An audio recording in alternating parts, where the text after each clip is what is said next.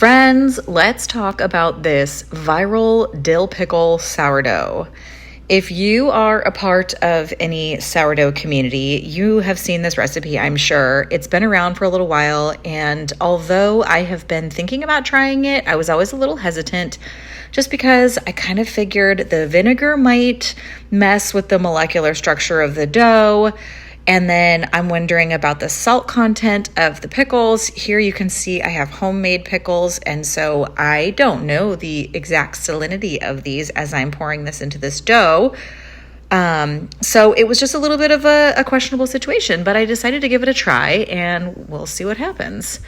My typical sourdough recipe calls for 50 grams of starter and 360 grams of water or liquid, and then also 500 grams of flour. So I typically bake a double batch. So I do 100 grams of starter, 720 of liquid, and then 1,000 of flour.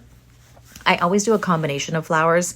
This one, I added that last little bit of rye flour that I have, and I think it turned out great in this particular application. I really am liking the rye flour. So the one thing that I was really concerned about with this whole situation is this dough stayed so sticky. It was, no matter what I did, it was just relentlessly sticky. In baking sourdough and honestly bread in general, you don't want to add extra flour per se. You want to wet your hands when you're working with the dough because it keeps that hydration level where you want it, but allows you to work with the dough so that you're not having it stick to your hands or the countertop or whatever. But this particular dough was just really sticky. So I don't know if it had to do with the vinegar or maybe it was just operator error. I'm not sure.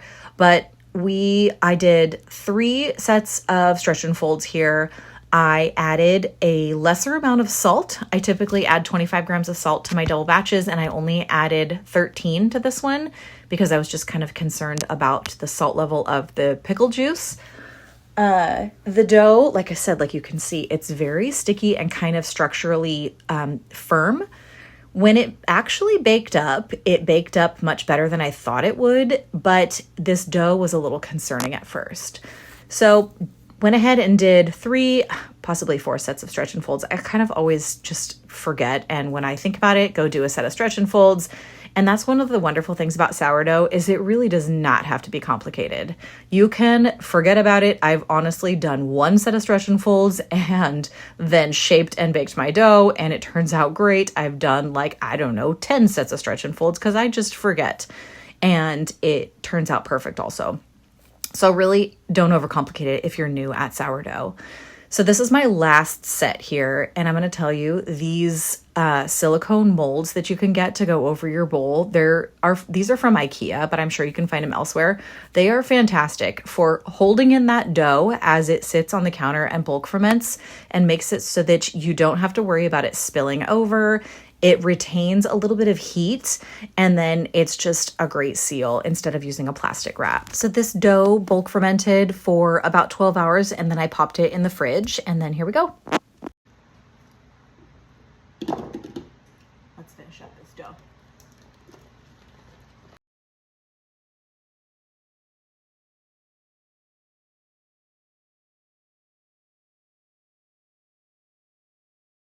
This is straight from the fridge, so it's a little chilly, but I think it's gonna be fine. When you're shaping sourdough, you want to create tension over the top. So the best way is to kind of pull the dough towards you. Now this is a little bit sticky, but one of the things that you do not want to do is add extra flour.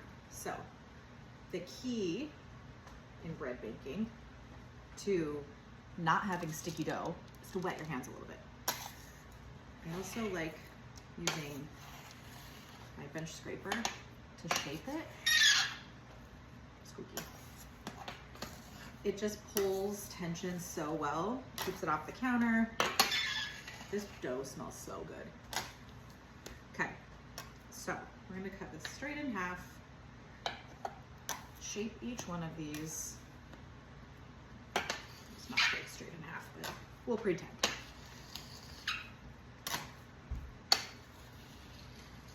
I try not to do too many holes because you are still working with dough that doesn't really want to be messed with a ton at this point.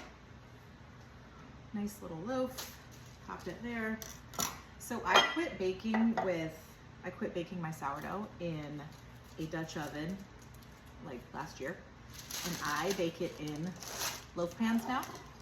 Not only do you get a better rise instead of spread, but it fits sandwiches much easier, lunch boxes, because I pack my kids' lunch every day. So having a sandwich size piece of bread is so much easier than having like a boule with the oblong kind of shapes. It just works better for my family. If you like the boules, if you like that style, by all means, shape this into a boule, pop it into a heated Dutch oven, and cook it up that way. So behind me, my oven is preheated to 450 degrees. We're gonna bake this at 450 degrees for 30 minutes with the lid on. And then once the lid comes off, once the 30 minutes is up, the lid will come off. And then we'll bake it for another 25 minutes-ish until the internal temperature reaches 200 degrees. So into the oven these go. You can see I have two identical loaf pans here. One is where my bread sits and the other one is just a makeshift lid. And then I have a mismatched set here. This combination of loaf pan and quote unquote lid works great for retaining the steam while it's in that super hot phase of its baking. And then once the lid is removed, it allows it to kind of brown up on top and gets beautiful and delicious. So these two loaves, I will tell you, I will not be making them again. Not if for any particular reason that they didn't work out as far as actual bread making goes, because as you can see when I cut this open, the inside looks beautiful. I definitely would change my temperature of my liquid because I think the fact that it was so cold made a difference. And then also I would wind up letting it bulk ferment for just a little bit longer before popping it in the fridge. But my family just wasn't a fan. So that is why I won't be making it again. I did take a half of this loaf and turn it into breadcrumbs, which I do really like. The flavor that's added to the breadcrumbs really works well for any sort of a savory dish. I gave one of these loaves to my 82-year-old neighbor, and she said she absolutely loved it. So just a personal preference. But if you love pickles, I implore you to give it a try and let me know what you think.